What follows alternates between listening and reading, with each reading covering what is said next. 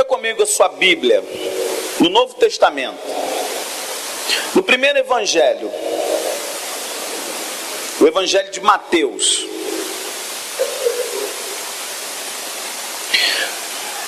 E no Evangelho de Mateus você vai para o capítulo 4. Mateus capítulo 4.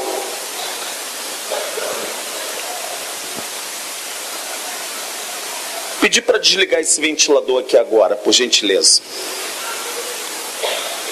Mateus 4, de 23 a 25. Muito obrigado. Não feche mais a sua Bíblia. Diz assim o texto sagrado: percorria Jesus toda a Galileia, ensinando nas sinagogas, pregando o evangelho do reino e curando toda sorte de doenças e enfermidades entre o povo. E a sua fama correu por toda a Síria. Trouxeram-lhe então todos os doentes, acometidos de várias enfermidades e tormentos, endemoninhados, lunáticos e paralíticos, e ele os curou. E da Galileia, Decápolis, Jerusalém, Judeia e da além do Jordão, numerosas multidões o seguiam. Mateus capítulo 9, versículo 35. Olha como é extremamente semelhante essa passagem. Agora Jesus já está em outro lugar. E percorria Jesus todas as cidades e povoados, ensinando nas sinagogas, pregando o evangelho do reino e curando toda sorte de doenças e enfermidades. Vendo ele as multidões, compadeceu-se delas, porque estavam aflitas e exaustas, como ovelhas que não têm pastor. E então se dirigiu a seus discípulos: a seara, na verdade, é grande, mas os trabalhadores são poucos. Rogai, pois, ao Senhor da seara que mande trabalhadores para a sua seara. Amém? Você já percebeu como o povo, como as multidões, como principalmente as grandes capitais, o povo está cansado, exausto e aflito? Você já parou para ver? E nós estamos diante de uma crise moral dentro do nosso país sem precedentes. Nós estamos diante de uma crise política partidária sem precedentes. O povo está tão desesperado que uns pedem para fechar o Congresso Nacional, outros pedem para uma intervenção militar.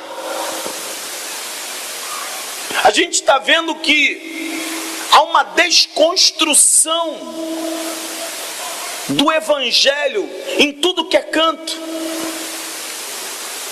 Nós estamos vivendo um tempo de fadiga. As pessoas estão cansadas, as pessoas estão esgotadas emocionalmente. Nós estamos vivendo aquilo que Mateus capítulo 24 disse: que por se multiplicar a iniquidade, o amor de muitos está se esfriando. Hoje há um apregoar de individualismo muito grande, de egoísmo. Está faltando sensibilidade com o problema dos outros, porque as pessoas estão cansadas. Talvez você esteja aqui hoje, talvez você esteja cansado. Talvez você olhe para frente, não esteja vendo uma luz de esperança no fim do túnel. Mas eu quero te dizer que já nos tempos de Jesus, há 2000 anos atrás, as coisas estavam muito parecidas. Quando a gente vai olhar na história dos reavivamentos, principalmente o reavivamento na área da Europa, quando a gente vai estudar sobre os reavivamentos, ou seja, o mover do Espírito Santo de tempos em tempos sobre o seu povo, a gente vai ver que todo grande reavivamento, ele foi precedido por um momento muito semelhante como esse: degradação moral, desvalorização da família,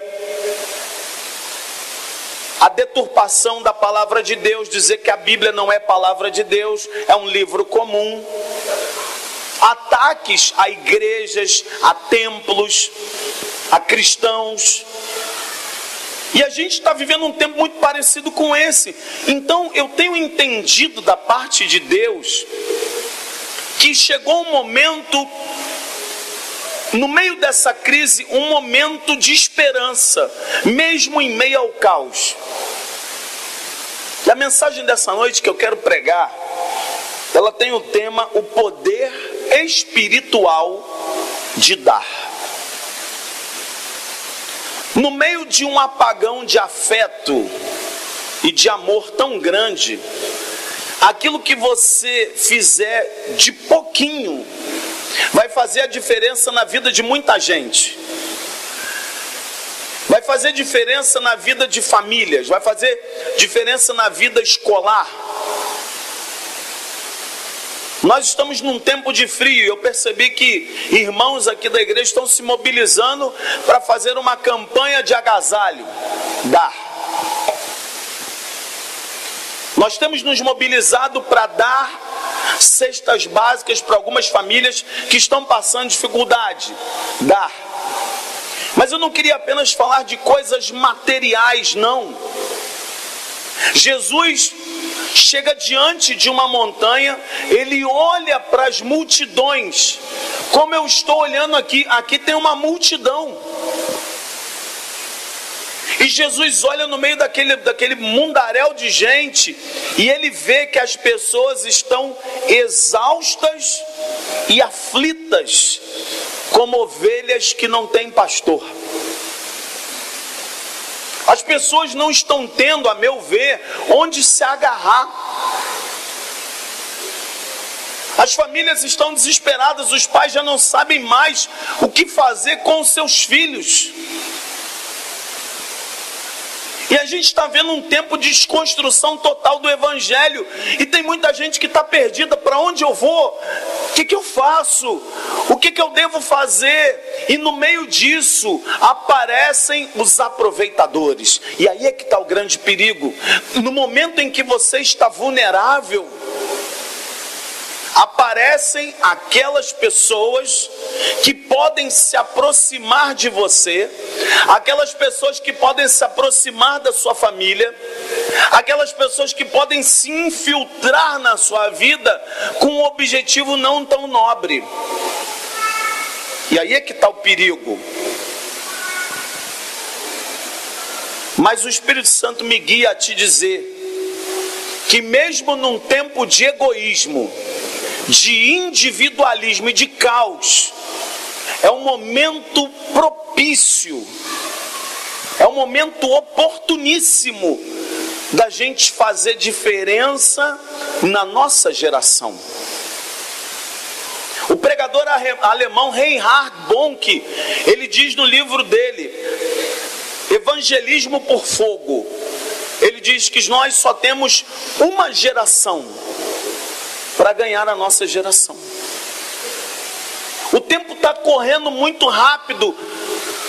Amanhã já é junho, depois da manhã já é junho, depois da manhã já é julho, daqui a pouco você já está pensando em Natal.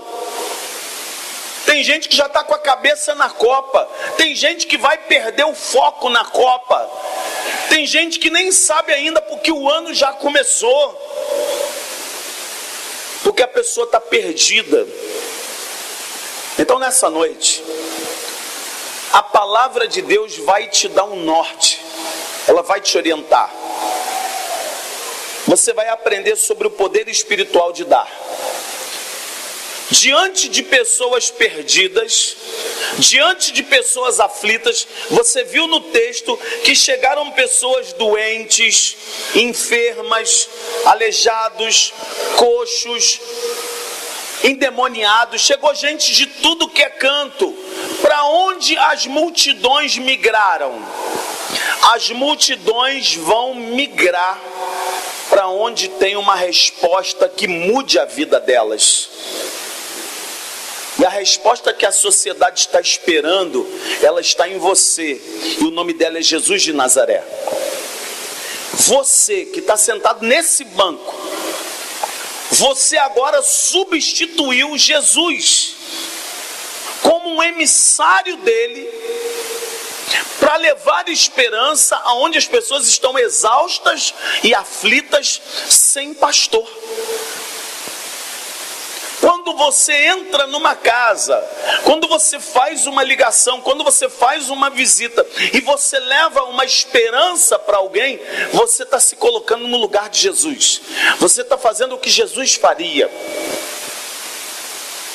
Mas Jesus, ele coloca 3 coisas aqui no texto, tanto no primeiro quanto no segundo, que nós devemos imitá-lo. Diante dessa situação, nesse estado de movimento, Jesus é um homem de movimento. Jesus dificilmente ficava parado num lugar, sabe por quê? Porque água parada dá dengue. Crente parado dá problema. Crente que não trabalha dá trabalho. Soldado que tem que sair para a guerra e não sai, começa a dar tiro no companheiro dentro do quartel. Crente tem que estar em movimento.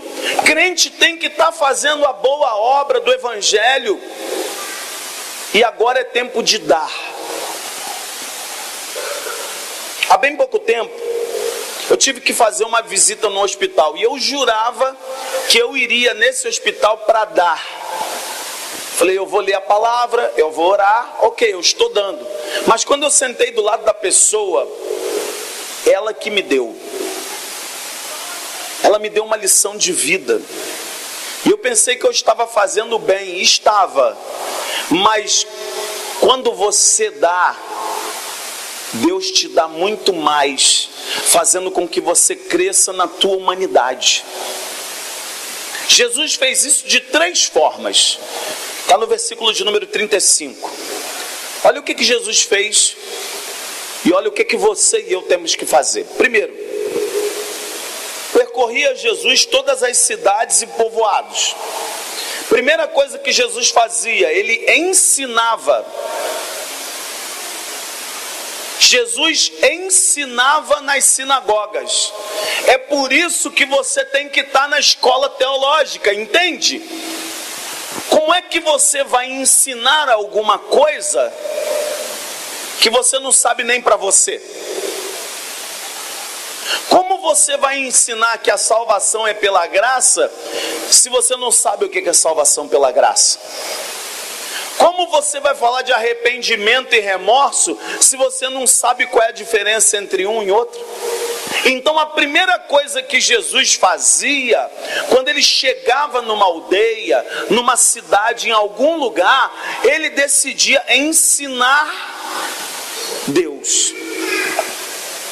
Ele falava dele como cumprimento da profecia. Então a mesma coisa você. Não se limite dizendo, eu sou muito velho para isso, Deus não vai me usar. Olha para a vida de Abraão. Olha para a vida de Moisés. Olha para a vida dos heróis da fé. Para de criar bloqueios que você se limita a dizer, não, isso não é para mim, eu não sou pastor. Não, mas você é sacerdote de Deus. Você é sacerdotisa nesse tempo e Deus quer te usar. Como eu fico feliz quando eu vejo no WhatsApp da igreja pessoas fazendo discipulado 1 a 1. Isso alegra o meu coração, sabe por quê? Nós estamos fazendo o que Jesus mandou fazer. A primeira coisa que você tem que fazer para dar, você tem que dar ensino. O povo de Deus está precisando voltar para a Bíblia. Tem muita gente que é analfabeta de Bíblia. A pessoa sabe muito pouco ou quase nada de Bíblia, e por isso que é um crente fraco. Então reencontre o caminho da Bíblia. Eu sempre falo isso para os aprendizes. O que você tem que ler? Mateus, Marcos, Lucas, João e Atos, para começar. Por quê? Porque ali você tem o básico, você tem o tutano, que é falar de Jesus. Irmãos, as pessoas não querem saber o que o Calvino falou, as pessoas não querem saber o que o Spurgeon falou, ninguém quer saber o que o Jonathan Edwards falou. As pessoas querem saber o que Jesus tem para dizer na hora que ela descobre que está com câncer. Na hora que vem o divórcio, a pessoa quer saber o que Jesus vai falar. No momento da perda de um ente querido, o que você vai falar dentro da palavra? Qual é o ensino que você tem para dar? No momento de uma dor aguda de um pai que perde um filho para droga, o que você vai dar? Você vai falar o que você acha ou o que Jesus disse? Então, o poder espiritual de dar é dar ensino. Segundo lugar que Jesus dava, diz que ele ensinava nas sinagogas, e diz que Jesus pregava o evangelho do reino. Você sabe pregar? Você quer pregar? Você tem vontade de aprender a ensinar e a falar o plano da salvação? Porque é isso que a gente tem que falar. A gente não tem que inventar nada. Jesus já deu a trilha, Jesus já deu a rota. A gente não tem que inventar. A gente não tem que ir para a esquerda, a gente não tem que ir para a direita. A gente só tem que segurar e repetir o que Jesus fez. Jesus ensinou, eu ensino. Jesus pregou, eu prego. O que você vai pregar? Prega salvação e arrependimento. É disso que as pessoas que estão exaustas e aflitas, elas estão precisando. Ninguém quer saber o que a revista Contigo está querendo dizer, o que a revista Isto É. Isso não salva a vida de ninguém, isso não muda o casamento de ninguém, isso não tira um filho da droga, uma mulher da prostituição, um marido do adultério. Isso não muda a vida das pessoas. O que muda a vida das pessoas é a pregação do evangelho do reino. O evangelho muda a vida das pessoas. O evangelho humaniza o homem. O evangelho tira o coração de pedra e põe um de carne. É o evangelho. É o evangelho que muda as pessoas. É o evangelho que muda o marido que é um brucutu. É o evangelho que muda a mulher que é barraqueira, briguenta. É o evangelho que vai te ensinar a ver o mundo de uma nova perspectiva. Você tem que dar. O que você tem que dar? Você tem que dar ensino. Você tem que dar a sua pregação, a sua fala. Agora tem uma outra coisa que você tem que dar. Diz que Jesus ensinava, pregava e ele curava. Olha que coisa interessante. Jesus ensinava, pregava e curava.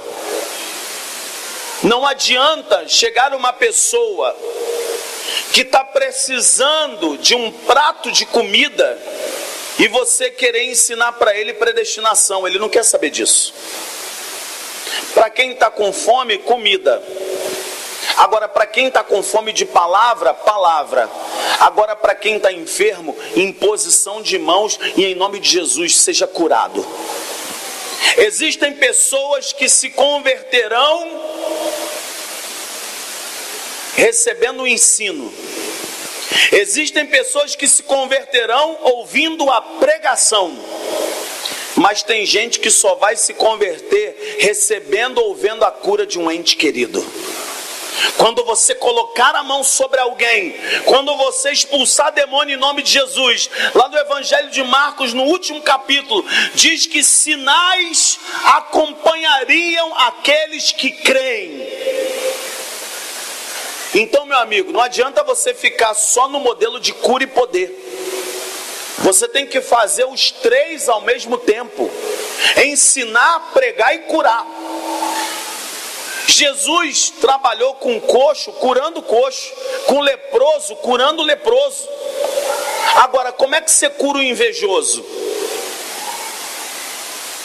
Você vai botar a mão na cabeça, todo espírito de inveja, sai! Não, você vai ensinar para ele o que é inveja, e que isso não é de Deus. Você tem que fazer as três coisas. As pessoas estão exaustas e aflitas. Ensinar, pregar e curar. E aí diz aqui, olha o coração de Jesus. Eu quero imitar esse homem a minha vida até morrer. Verso 36. Vendo ele as multidões, compadeceu-se delas. Você é uma pessoa que se compadece da dor dos outros? Você é uma pessoa que está preocupado com a dor alheia?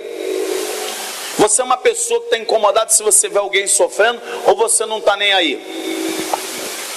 Jesus, ele é o centro da nossa imitação.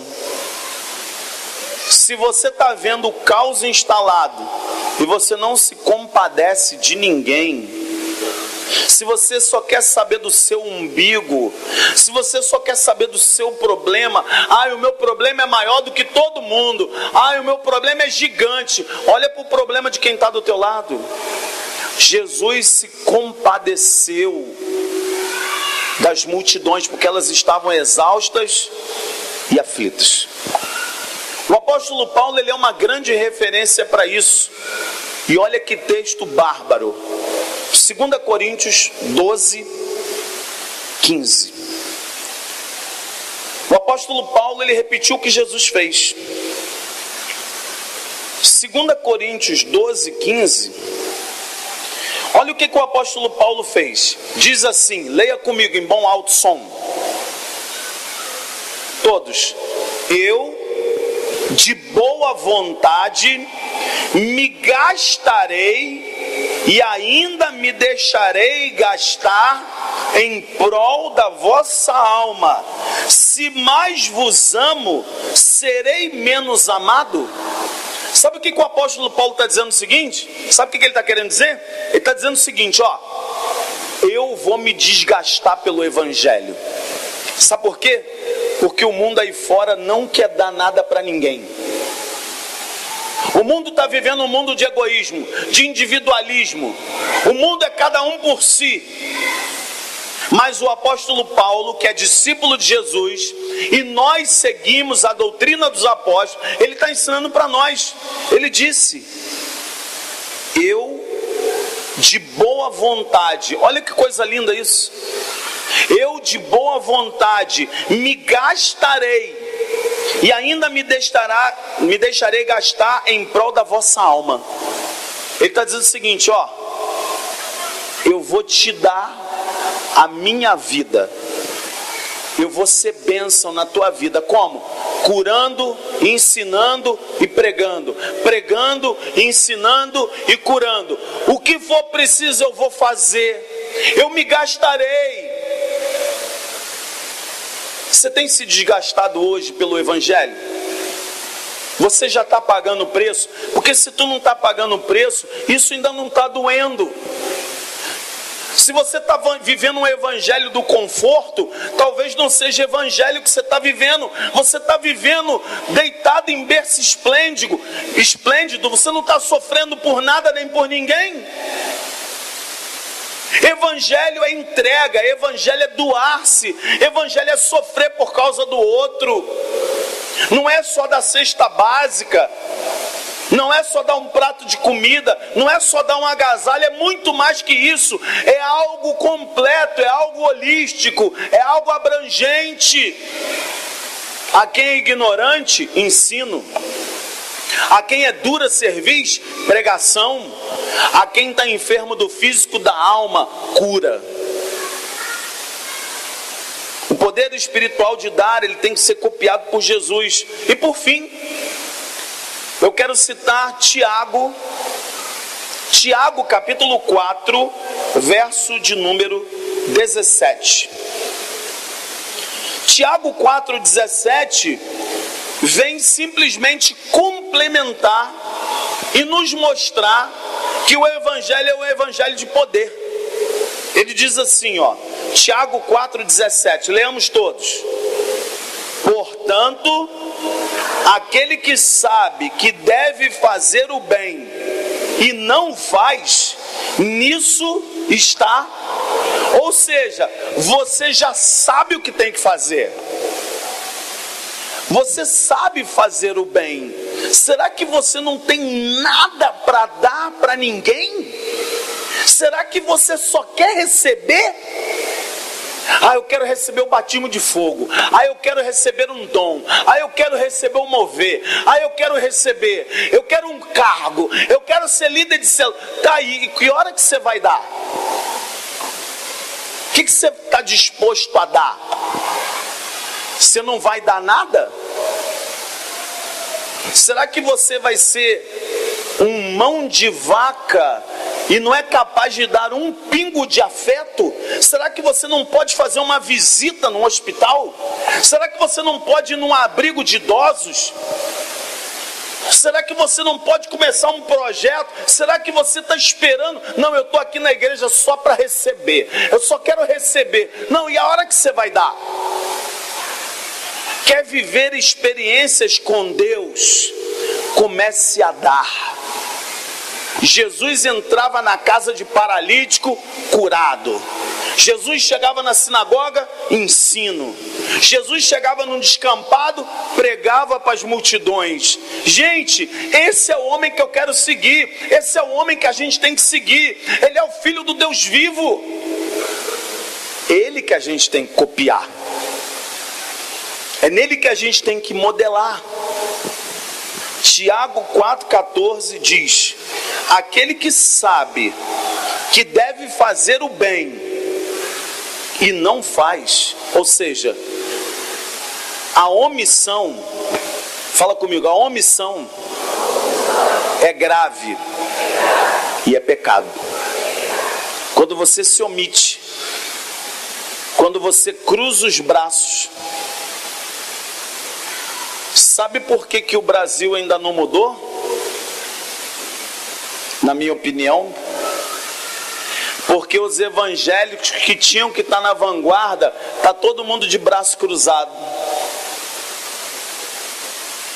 Lá em Mateus capítulo 5 diz que bem-aventurado aqueles que têm fome e sede de justiça. Será que hoje você tem fome e sede de justiça? Será que você está preocupado com o que está acontecendo aqui nessa cidade? Será que você está de fato se doando, se gastando e se deixando gastar por amor ao evangelho? Ou você está na tua? Não, estou na minha aqui. O pastor não me chamou para nada, então, cara, eu vou ficar aqui na minha zona de conforto. Na hora que ele me chamar, eu faço uma oração, eu dou uma aulinha lá, e está muito bom. Você acha que isso nós vamos ganhar 50 mil almas? Você acha que isso você vai fazer a diferença na vida dos outros? Não, é muito mais que isso. É muito mais que isso. Jesus já te deu autoridade, é muito mais que isso. Ele tem coisas ainda maiores. Ele tem ainda coisas muito mais profundas para fazer com a sua igreja. Agora, exército que não sai, acaba se matando dentro do quartel. Crente tem que estar em movimento. Crente tem que estar sendo proativo. E aí você vai ver o poder espiritual de dar. A pessoa talvez sonha com uma igreja com ar-condicionado, mas ela não é fiel dizimista. Quer dizer, você quer a benesse, mas você não quer dar. Eu quero o melhor teclado. Eu quero o melhor instrumento. Eu quero a melhor igreja. Eu quero a igreja mais bonita. Mas os outros que sejam fiel no dízimo, eu não. Ué, como é que é isso? Querido, é princípio espiritual, é lei de semeadura. Primeiro você tem que dar. Quando Quando o profeta chegou na casa da viúva, ele perguntou: o que você tem aí? O que você tem para dar? E ela falou: eu só tenho um punhado de farinha aqui, que eu vou cozinhar um bolo para mim e para o meu filho, depois nós vamos morrer. Olha o que o profeta falou para essa mulher: então pega o que tu tem e assa um bolo para mim. Fala a verdade, tem lógica o que esse profeta falou? A mulher acabou de dizer. Ele perguntou: o que você tem? Ela falou: eu não tenho nada, só tenho um punhado de farinha, vou fazer um bolo para mim e para o meu filho, vou fazer um cozinhado aqui e nós vamos morrer de fome. Olha o que o profeta falou assim: então você pega o que você tem e dá. O que a mulher faz? Ela vai e cozinha o cozinhado para o profeta. O que Deus faz na vida daquela mulher? Multiplica. Só que tem gente que não acredita nisso. Você só vai receber quando você der. Quando você se desprender, quando você soltar a mão, quando você abrir o coração, quando você se dispor a se gastar pelo evangelho, aí você vai ter chuvas torrenciais do poder de Deus na tua vida. Olha para a vida de John Wesley. Foi um homem que deu a sua vida pelo amor ao evangelho. Pode olhar pela vida de Calvino, deu a vida por amor ao evangelho. Jonathan Edwards deu a vida por amor ao evangelho. Charles Haddon Spurgeon deu a vida pelo evangelho. Esses homens se deram para o evangelho. Esses homens se entregaram por amor à cruz. Eles entenderam que primeiro você tem que se dar. Porque se você reter, você não multiplica.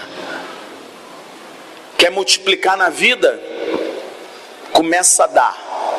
Primeiro lugar que você tem que dar, dentro de casa, você tem dado aquilo que é seu dever para sua família como pai? Você tem dado, mulher, aquilo que é seu dever como mulher e mãe dentro de casa?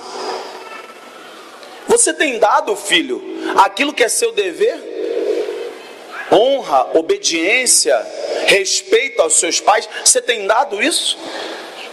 Quando você entender o poder espiritual de dar, quando você seguir e modelar em Jesus, no momento que você praticar o que o apóstolo Paulo falou em 2 Coríntios 12:15, no momento em que você começar a fazer o bem e der, a sua vida vai deslanchar no Espírito Santo. Amém? Que Deus te abençoe. Que você pegue tudo isso e se pergunte: o que nós temos para dar? O que Jesus deu? Você já parou para pensar no que Jesus deu? Jesus deu tudo. Jesus só está num trono de glória porque Ele deu tudo. Jesus deu o seu 100%, Ele deu a sua própria vida. O que você vai fazer a partir de agora? Que essa palavra fale do profundo da sua alma e que Deus te abençoe, em nome de Jesus. Amém.